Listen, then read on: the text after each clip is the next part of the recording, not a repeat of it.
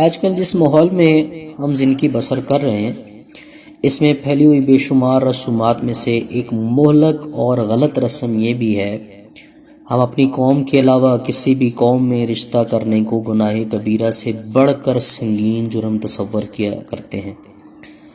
لڑکے اور لڑکی کے والدین اپنی قوم اور برادری کو ہی ترجیح دیں گے، اگرچہ اپنی قوم کا رشتہ نامناسب بلکہ بیکار ہی کیوں نہ ہو۔ لڑکا تعلیم یافتہ ہے، اس کی تمنا یہ ہے کہ تعلیم یافتہ لڑکی سے اس کا رشتہ ہو، مگر اپنی برادری میں ایسی لڑکی نہیں ہے تو والدین زبردستی جاہل لڑکی سے ہی رشتہ کریں گے قوم کی خوشنودی کے لیے۔ اسی طرح لڑکی پڑھی لکھی ہے اور خاندان میں سے اس کے معیار کا لڑکا نہیں تو بھی اس کی رضا کے بغیر ان پڑھ اور جاہل سے اس کا نکاح کر دیا جائے گا تاکہ برادری میں منہ دکھانے کے قابل رہیں۔ بس برادری خوش رہے، اولاد کی چاہے ساری زندگی تلخ اور قیام تکلیف سے بسر ہو، ظلم در ظلم۔ تو یہ تو ظلم ہے کہ اگر کسی لڑکے یا لڑکی کے لیے اپنی قوم میں رشتہ نہیں ملتا تو والدین اور بہن بھائیوں کو تو یہ گوارا ہے کہ یہ لڑکا اور لڑکی یوں ہی بے نکاحی اور غیر فطری زندگی گزاریں، مگر یہ ممکن نہیں کہ غیر قوم میں اس کا نکاح کر دیا جائے۔ ہر آدمی اپنے قرب و جوار میں، محلے میں اور شہر میں نظر دوڑائے تو اس کو بہت سی گھروں میں ایسے مرد اور عورتیں نظر آئیں گی جن کے بال تو سفید ہو گئے مگر غیر قوم میں والدین نے ان کا رشتہ نہیں کیا۔ کیا یہ اولاد کے ساتھ خیر خواہی ہے یا ظلم ہے؟ یاد رکھیں، آپ اللہ تعالیٰ کا فرمان ہے کہ ہم نے تمہارے خاندان اور مختلف قبیلے اس لیے بنائے کہ تاکہ تم ایک دوسرے کی پہچان کر سکو۔ کہیں بھی قرآن حدیث میں یہ نہ صراحتاً ہے نہ اشارتاً ہے یہ حکم دیا گیا ہے کہ تم اپنی قوم میں رشتے کرو اور غیر قوموں میں رشتے نہ کرو۔ اللہ تعالیٰ کی ذات بڑی حکیم ہے اور مہربان ذات ہے۔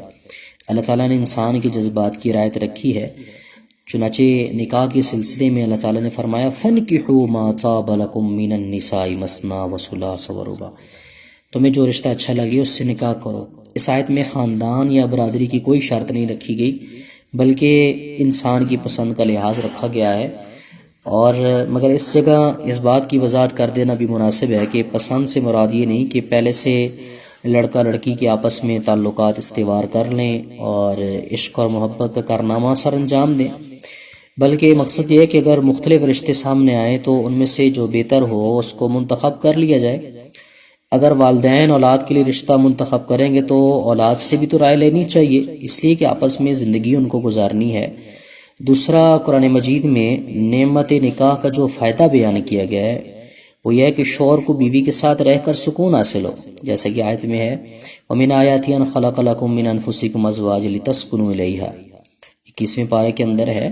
یہ فائدہ بھی تبھی حاصل ہو سکتا ہے جب نکاح کے معاملے میں قومیت اور جمود اور قومیت پرستی کا جنون ہی نہ ہو۔ بوقت نکاح اولاد کی رائے بھی شامل ہو۔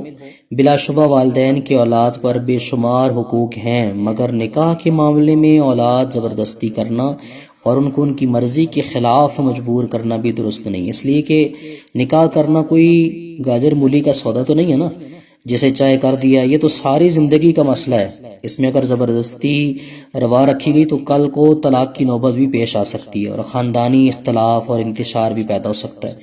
قرآن مجید کی سابقہ 2 آیتوں کے علاوہ اگر ذخیرہ یا حدیث کی طرف یہ حضور صلی اللہ علیہ وسلم اور صحابہ اکرام اسلاف کے طرز عمل کی طرف نظر دوڑائی جائے تو اس کی روشنی میں بھی یہی سبق ملتا ہے۔